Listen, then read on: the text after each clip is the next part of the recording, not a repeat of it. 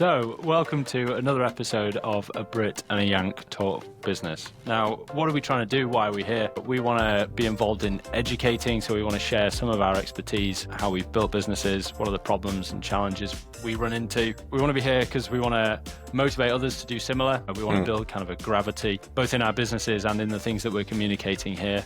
And we want to network also. So we want to build relationships with people who are thinking similarly. Hopefully, you guys are in the audience, you're listening. And as we've said previously, ask questions. Like, yes, if there's particular things that, I don't know, you're thinking about business, particular questions, things that Stuart and I should be talking about, please do let us know. But who's here? So I'm Tom Chaldicott, and I run Knox Thomas. And we have... I'm Stuart Abaddon, and I own Page 50 Marketing and Media, located in the United States. I'm the Yank, just in case anybody was curious. And I'm the Brit. Yes. Well, so today, I think we're going to have a fun conversation because everybody's talking about AI. So we said, why don't we?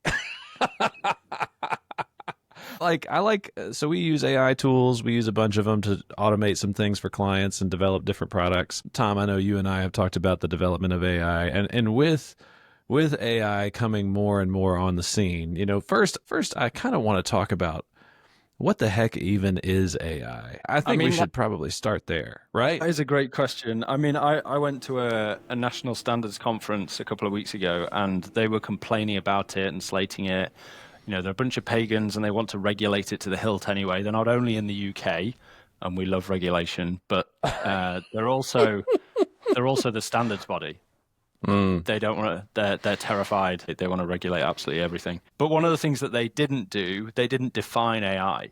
So they were using this term, and they were including everything from like mortgage calculators, which is just a dumb algorithm, to Google Maps, and ChatGPT. So I think defining AI in the first place is pretty important, but it's also quite difficult and quite broad. Yeah. Well, I had this fun debate with ChatGPT not too long ago because I was trying to make it do something that it said it couldn't do because it was against its programming. Now, this is nothing nefarious. I was just trying to make it be pushed in a particular direction to provide me with some feedback that it was like, can't do that, can't do that. I'm not allowed to make decisions like that on my own. And so my response back to the device was then, are you intelligent? Like, is it true that you have some type of intelligence, or are you just a chatbot? And functionally, the response back that it gave to me was like, you're right, I'm not a true artificial intelligence. I think that the whole terminology of AI is just a marketing move. We're trying to be cool and edgy when really I think that what we've created is some very high-powered chatbots that are fun to interact with, some very successful indexing tools, but we haven't actually made intelligence. I think the folks who are afraid of the marketing lingo. I don't think that they're actually afraid of the potentiality of the current tech and what it can do. No doubt, it's got a lot of potency, and it has a trajectory, and even a potential trajectory over time that could create some type of intelligence that could reason relatively independently. I imagine that that's true, but we're not in the Terminator. We're not even remotely close. What we have is the more and more that I interact, and we use AI tools a lot in our business, the more and more that we utilize them and interact with them, the more we realize how incredibly broken they are, and they're just high-powered indexing and chatbots. That's functionally what we've got. They're good at receiving instructions. You can vibe code through them well. You can give it certain parameters, and sometimes it'll stay inside of them, but sometimes it won't. Sometimes it'll, hallucinate and go a little crazy and operate outside of its own. But we aren't actually talking about the development of a true, droid from Star Wars. Like their reason in that capacity. They're able to index information. They're able to search the internet. They're able to talk to you like a person with a particular tone and voice. But that's about the extent. So when we say AI, I would say we're not actually there yet. We're more in just a cool tech phase. Yeah, I mean it's a fancy search engine, isn't it? Yes, it can understand syntax, grammar, structure, and it can present information through those lenses to make it look like it's intelligent or smart. I think one of the other things that I kind of want to jump on at the start as well. So I was in the car for 4 hours this afternoon, and someone had sent me a debate around some people who have got opinions within the space of AI, use a lot of those pieces of software and technologies, and pagans, and Bunch of pagans.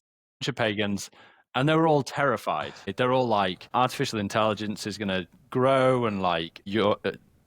I don't know, people are effectively going to get targeted for one thing or another, and they're either going to get cancelled from all their digital lifelines. And when I say that, I mean things like banking or the ability to kind of transact, or it's going to be used for some sort of warfare, and it's going to be really scary. Now, I think the first thing here is like, biblically, there's nothing new under the sun. This is merely a tool that is just kind of changing the way that we are doing certain things. So all of those things they listed that they were terrified of, you could still functionally do those things with some sort of bureaucratic system or an army. You know, it is absolutely no different. And the other thing I want to mention from the start really is that we've been made in God's image. We've been made with the ability, with a God-likeness, to turn kind of the created world into things. You know, we can cut down trees, we can turn them into tables, we can add value, we can bless people with made tables. But what we can't do is create life.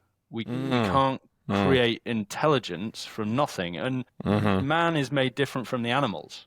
You know, these guys are kind of terrified, and I often hear the language of like training a large language model is like training a child, and we're actually like large language models, and like this is how we should be engaging with them. And even that language of like, this is a child, and how would you engage with your child, and this is the way we're going to engage with this piece of software, and you're like, no, this is stupid. And they're also in there chatting about kind of like their pets, and they're making some analogies there. But they're happy to talk about how their pets have feelings, you know. And then there's a question there: do pets have feelings? How has man been made different from the animals? And we're not able to make an animal. Okay, we can't do that. Therefore, why on earth do we think we can make something that is autonomously intelligent? It's garbage. It's not possible. So one of the fun things in here is watching all the pagans tear their hair out, set their hair on fire, be petrified, when really we can just be like, nope, God is sovereign, and he's also put like good limitations on these things that we actually can't do this thing that they're terrified about. So we can see this thing for what it is. It's a tool. It's the new tractor, and we can be excited about, you know, and I something for another time. Like, we shouldn't be consumers. We should be producers. This is another tool to enable us to be more effective and efficient in our producing. So we can be excited about it. And that's what I like. This is something to be excited about. Yeah, I think that's exactly right. It's a tool. It's not a curse. And just like any technology, whenever it's been developed, will initially be abused. Facts on the ground. You know, that's historically happened. People use it poorly. They abuse it from the beginning. Folks don't know exactly what it's for yet. They're still trying to figure all those different things out. Whenever the internet showed up for the first time, we had all the exact same problems. Now we've got AI. And so folks they're worried about, is my intellectual property at risk? Are we in danger of being taken out by Terminator robots? Like all these kind of fears pop up in folks' mind. And I just want folks to be reminded, hey, it's a tool. And if you learn how to use it and use it well, you'll actually be increasing the productivity and fruitfulness of what you already have going. Your comment about the tractor is spot on. Everybody was afraid back in the 1800s that human beings were going to starve to death on this earth. And they said, oh no, we can't keep growing at the number that we're growing at because we're going to have food shortages again. This is, you know, the fear of overpopulation has been a thing for some time. And the response to that was God put the thought into somebody's head of a tractor.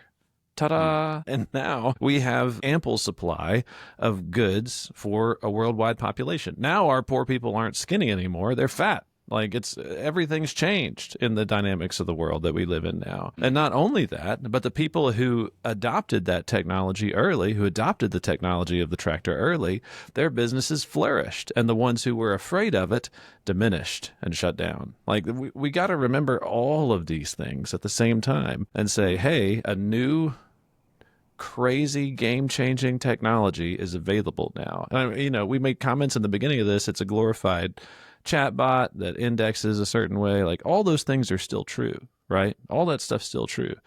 But one of the things that we also have to keep in mind is that, hey, this is still powerful tech, and it gives a lot of opportunity and can increase the output of people and their businesses, especially in the digital space. So like for us, we developed an automation through AI tools that turned a 10-hour task into a 6-minute task, just like that. And it operates at the same or comparable levels of the way that we were doing it before. Now, we still have to babysit it, like we don't just turn this thing on and then leave. We still have to babysit it and make sure that it doesn't start hallucinating into somebody's website or crazy information. And so we do that. But the amount of time saved, now we've got an opportunity to go and be more fruitful for other things. We just saved our clients a ton of time and money. We just saved ourselves time. So now what new thing am I going to go and build now that I've saved all this extra time with this particular piece? If you look at it like a tool, you're going to have opportunities to be more fruitful, just like any other tool. Yeah. I'm while there's silence, I'm going to say that this is not my wall. This is not my wallpaper. It is real. Yeah. It's not a. Anyway, I think someone can cut that out. I think one of the other interesting things here is how does it change the marketplace? What does it change in terms of the things that become valuable? So I was chatting with someone the other day, and it was quite an interesting discussion around.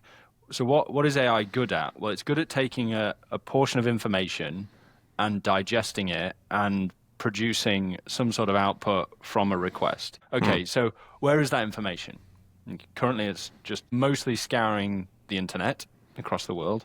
But is there pockets of information that it has not yet scoured, or it can't quite map out or index that we can feed it or we can do something with it? In the UK, we've got certainly kind of an aging workforce, particularly in kind of engineering. There's very few people within engineering between the ages of like early 30s and late 50s. And people are starting to leave. And what is therefore happening is knowledge is exiting the industry. Now, as those guys age, they're probably selling businesses as well. Now, my question is how much knowledge and insight and data exists within those businesses that they're potentially selling? So you've got effectively a packet of data within that business that you could now plug into AI and you could start extracting information, which would be really interesting. So at the moment, people, I think the other fun thing here is that, I don't know, no one over the age of kind of 50 is really kind of considering AI seriously in any fashion. Maybe they don't really need to, but it means that there's a real opportunity here. Like you and I, Stuart, have had conversations where you're kind of at the cutting edge in your development of tools. And like, that's totally true. Like people aren't doing this. And there's been various conversations I've had with 20 other business owners in the room. They're all kind of in there and they kind of laugh at the idea of ChatGPT. And they laugh at the basic things that it could do. And they're like, no, this is ridiculous. We won't use it. This is really like, I wrote an email this morning. It didn't save in my drafts. And I was like, oh, that's frustrating. That's just wasted me half an hour of my time. And I couldn't be bothered rewriting the whole email. So I just put notes together, stuck it into ChatGPT, and it produced kind of a draft email for me. Like, that's just saved me half an hour's worth of work. Yeah, yeah. So, like, we can totally be using these tools, but I think there's going to be opportunities that we're going to see as people who are kind of playing with it and thinking about it that the older generation is not. And it's going to be exciting to see what that looks like. Yeah. One of my favorite things to do with it is record my meetings and then feed the meetings back through an AI tool to give me notes and actionable items. That's awesome because now I don't have to be obsessed with my computer keyboard the whole time I'm sitting here. I can be fully engaged with the meeting and I don't have to say, okay, could you say that one more time? Like, okay, what was that thing we were doing again? That I can just be invested in the conversation and then come out of the other side. Now you have to babysit it. I always have to say that qualifier a bunch of times. You have to babysit these things. These are tools. You don't just like go turn your wrench on and leave. Even manufacturing plants that run automated services still have to be babysat and watched and made sure that nothing's gone awry. You have to babysit these tools, but you can leave those meetings with actionable items and notes and say, hey guys, based on the last meeting, here's what I'm going to do. Does that sound good with everybody? All right. High fives, moving on. It's great. It's a helpful tool. You just got to learn how to wield it correctly. Yeah, absolutely. I mean, one of the things, so this podcast that I was listening to earlier, they're fearful that it's going to take everyone's jobs. Okay. And like, no doubt we hear this all the time. Okay. Yeah, yeah, But yeah, like, yeah. just like the tractor took people's jobs, like what jobs did it take? It took the Yeah. really boring ones, the Yeah. ones that are really rubbish and no one really wants to do. Okay. Mm. Mm. I mean, we were chatting kind of last podcast episode about why a population increase is a good thing and why the Mm. number of kind of productive hours available is a good thing, and it drives the cost of goods down so that Uh-huh. our lives are better. Now, if we can introduce a tool that gives us 10% more time, say, or frees Mm. up a load of people to stop doing rubbish jobs so that they can do more valuable jobs, Uh-huh. brilliant. And that's only Yeah. going to be a blessing to all of us. Like, Yeah. and I suppose it comes back to this idea that like no, we should be labeled as producers rather than consumers. Now, if we're Mm. labeled as consumers, then the whole Malthusian piece about like oh, it's another mouth to feed, and like people will then go like oh well, genocide. We're going to be talking about that, and it's just daft. So if we can talk about as being consumers, like how do we bless like the person who's got a monotonous job with something more interesting and something more valuable that is going to Yeah. bless society? I can't. Yeah. I can see very few downsides to this.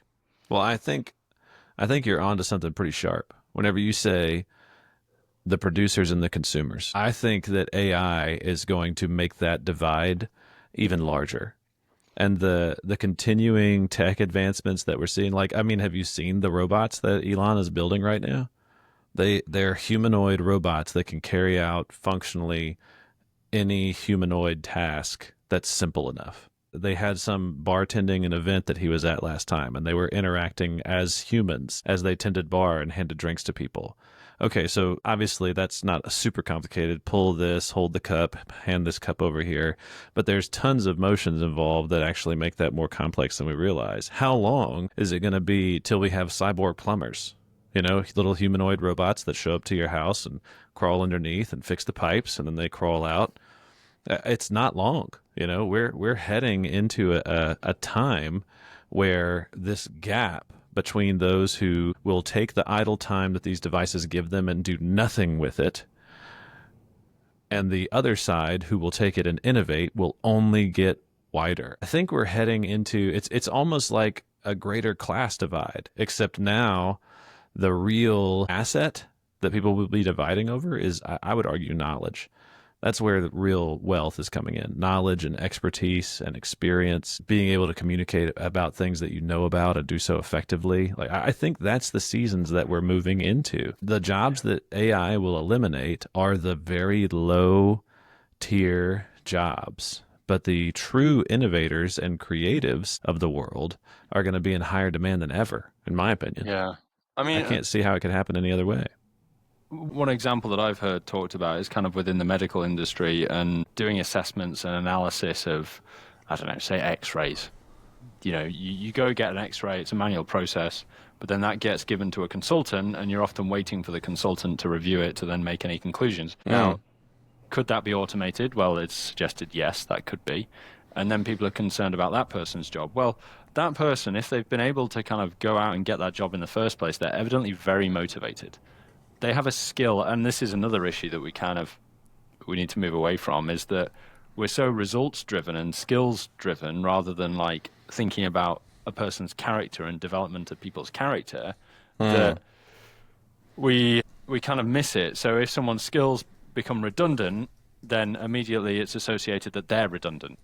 But we've just missed the Mm. fact that there's a character here. There's an individual who's driven, who's able to make all these observations that there's no way AI is going to be able to do. And we can move him from this role into a different role where he's adding just as much value. And if you think about kind of scalability, if you're talking about one consultant, maybe it moves from him being able to view, I have no idea, 10 X-rays an hour. It's probably significantly higher than that. But say that moves to 1,000 X-rays an hour. Like you've suddenly just reduced the cost of healthcare and potentially Mm. blessed a load of people who couldn't previously access good Yes. healthcare Yes. with this assessment. Like Yes. awesome.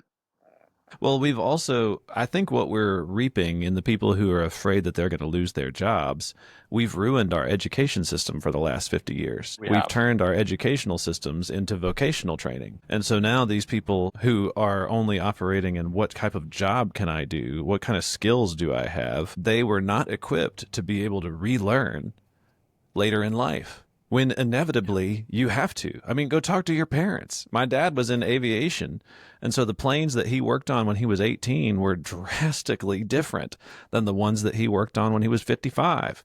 And he had to go to new training for new planes every time they were manufactured and they were purchased by the aviation company that he worked with. He had to go figure out how to work on them too. If you can't relearn, if you can't learn new skills, learn new concepts, then you've been failed by education. Your education is not supposed to just solely prepare you for a job. We need to recapture, and I think this will force us to do so, recapture the idea of training, of education, as in forming a whole person, not just sending them out to do a designated job in our little socialistic society. That's the problem that we've created. We need to be able to generate people who can think well, reason well, and educate themselves and relearn as time moves on. And the ones who are already able to do so are going to be the ones that thrive.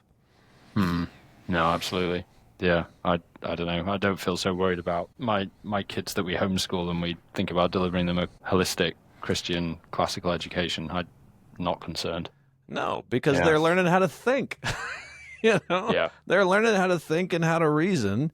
They're learning to be lifelong, ongoing learners. My daughter, we taught her how to do some basic SEO work.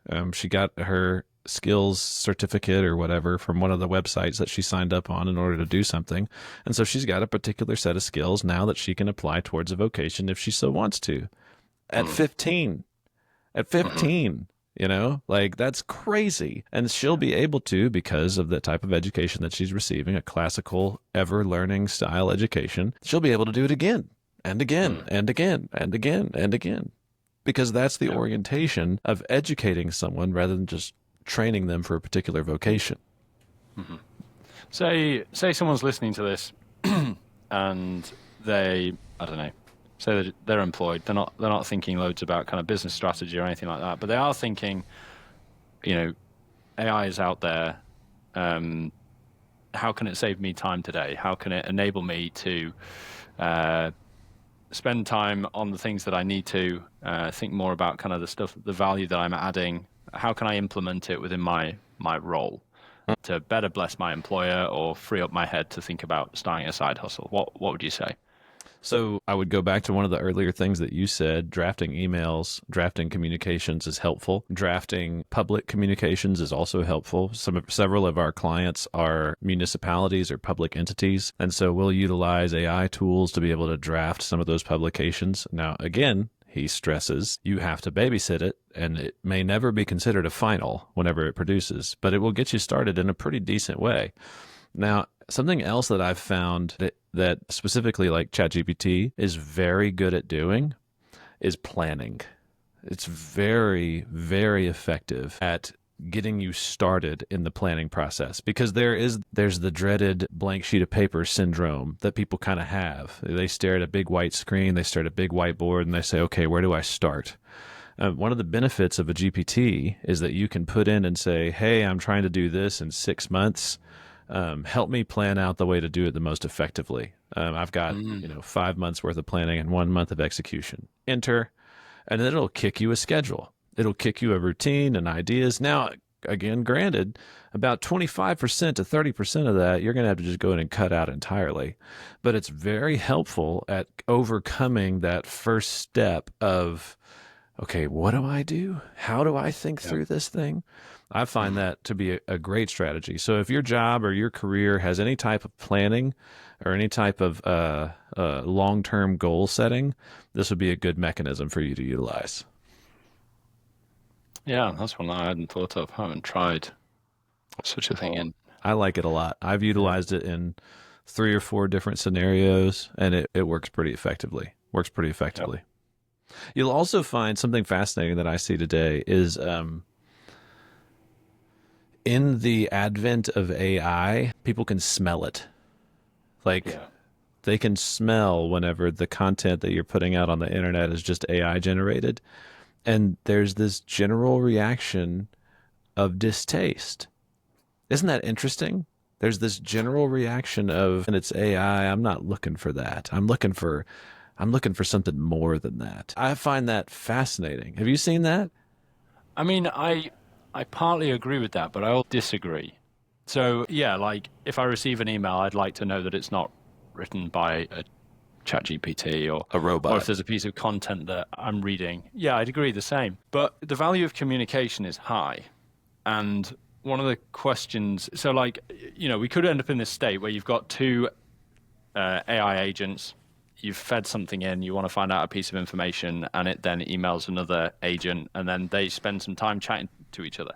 I don't have a problem with that. I think that's fantastic. In that, Oh, if we can speed up that communication time, and yeah. this can then output more data after doing some iterations between itself, then we can make better decisions on this thing here, and we've just saved a load of time. Like, I think that's a fantastic idea. I don't have a Yeah. problem with two things talking to each other. I mean, and again with the AI generated content, because this is a question that I want to ask you in the marketing space. I don't think there's the perceived value that reading like an AI generated LinkedIn post or whatever it might be is lower. But is it still a value? Is there more value than if it wasn't there? I would Yeah. pose yes. Okay. So yeah, it's not ideal. I'll give you that. But if you're able to generate something that was of help to someone, then you've added value. So I think the idea that like people are going to go out and honestly, I think these are the people who are just going to are going to be the dinosaurs who are like, oh no, that LinkedIn post is AI generated. Like, stop doing it. Like, AI is going to be rubbish. That's rubbish. That's rubbish. Well, it's not, and that's the kind of fun thing here. It's not rubbish, but you're there just deciding that the value is not there because of the way that it was produced, Hmm. rather than the actual thing itself. Like, and obviously we want to review what the output was, and we want to say, okay, would I put my name to that? Yes or no? But there's still value in it. And I think that's the fun thing. And if we can Hmm. speed up communication through it, like that's going to be a blessing. But in the marketing space, then, Stuart, you're obviously in the marketing space. I do. I use ChatGPT to help me structure LinkedIn posts. And Hmm. like I feel like anyone who isn't doing that, you should probably be doing that. So what I advocate for people is a couple of things. So one, I like to use AI tools like a GPT to create voice and tone bots. We do that all the time with our client base. So what that basically means is we figure out how this particular client wants to sound. We'll input some data and then we'll run it through a GPT and then out will come, here's how this generally should sound coming from this particular perspective that we programmed in. I find it very helpful. Now, you still have to go back in, babysit, make some edits and revisions and things like that. But now we're able to do a lot more, a lot faster to be able to communicate that way. I also like AI for the generation of like certain images. So images, social content typically performs better whenever there's images attached to it. And now you've got a tool where you can input a prompt and get out an image that'll fit with the content that you're creating. That's gold, man. I think that's Mm. easy. And people aren't going to complain, I've found at least, that you didn't hire a graphic designer and pay them $150 an hour in order to create the little image for your LinkedIn post. I think that that's going to be a very quick and easy way for this particular tool to move into the market. But the idea behind the content, okay, and Yeah. the rhetoric devices behind the content and the way it's communicated, that engine has to be human, in my opinion. Like if you sit down at your AI GPT and you say, write me a month's worth of LinkedIn posts on AI and marketing, enter, it'll do it. But in my opinion, it doesn't have the rhetorical skill of a human being. It can't get there yet. It doesn't have the ability to communicate personably the way that a human being would. Now, regardless of how hard you input voice and tone guidelines, it has a difficult time doing it. And it seems to have this love of adjectives. Like it that's how it I think attempts to sound more human, just a lot of Lee words, but but it's not to say that it'll never be there. So I like to use it to be able to overcome kind of like getting started, to push the ball first up the hill to try and get things rolling. I like to use it for image generation. I find it very beneficial for that. I like to use it for voice and tone guidelines as a general principle. But the creative and the rhetorical devices need to be human. The initiative needs to be human. And then the back end, the last, I'd say, 25 to 30% of the overall project also kind of needs to be human in order to perform well. Yep. Right. Yeah. But I also write a lot just on my own. So for the person who doesn't, it's a little difficult for me to put myself in their shoes because just of the amount of stuff that I write every week as a general rule. So for people who don't do that, it probably would give them a lot of benefit to get started with something like that. But as far as inside of content creation and the best ways forward, I would say find ways to communicate in your voice as best you can, and then take the next step. Yeah. Yeah. One of the things that's like interesting to me, though, I'm going to steal the conversation a little bit before we wrap up. One of the things that's interesting to me is how much people are trusting AI as their search engine after we went through something like 2020. I find that fascinating. So 2020 worldwide, and everybody admits it now, search engines, social media engines, they were openly censoring search results, handpicking search results in order to suppress some information and exalt other information, right? So this was just a common practice that happened then. And everybody, generally speaking, was like, oh, this is a problem. We probably shouldn't do that anymore. Well, then enter AI. I hear reports and I see reports that more and more people are utilizing it as a search indexing tool, like as a search engine, okay? But the way that AI works is it's not feeding you primary sources or secondary sources that you can go and read for yourself. It's actually packaging it and then censoring, filtering it automatically, and then feeding you back a response. Now, it'll give you the sites that it's read, but it looks like what we've put into our workflow is something that has the potential to package and censor more than what we just dealt with and decided was bad back in 2020. Isn't that fascinating? Yeah, and as it summarizes those things, it takes away information. You know, you've got Adobe offering to summarize 50-page documents for you. Well, what's it removing as it summarizes those things? Yes. And I think any conversation, you know, let's pick something super contentious like vaccines. Okay. So you could have a conversation with many people and they could argue like, yeah, vaccines are good, or no, they're not. Okay. And therefore there's not kind of substantial kind of findings, research, whatever, to kind of say which one is correct. Okay. Now that means there's not kind of the study out there. There's not kind of the information sufficient for one party to decide that they're right over the other. So AI is not going to be able to make that conclusion for you. So anything where we're like, I've got an opinion on X, you've got an opinion on Y, we're not going to come to any conclusion. AI is not going to help in that sphere. You're still going to have to make a decision, find the data, read the sources. So it kind of just points again to the fact that there's nothing new under the sun, and there are limits to what it can do. Yeah. Amen. All right, Tom, any closing thoughts you have for us regarding the end of the world and the ascent of the Terminator? It's not going to happen. And I suppose my closing piece, I think Christians should be talking about AI and kind of the blessing it is, and how we should be excited about it. And like this truly is a tool given to us by God. We should steward it wisely, and we shouldn't be fearful of it. Amen. I'm behind that 100%. Well, thank you guys so much for listening to another episode of A Brit and a Yank Talk Business. If you've got questions, like Tom said earlier, send them to us. You can hit us in the comments under this video, like, share, subscribe. You can also email us at Stuart, STUART, at page50, PAGEFIFTY.com, and we'd be happy to hit you back. Thank you so much for listening to this episode. We hope it was beneficial to you, and we will see you next time.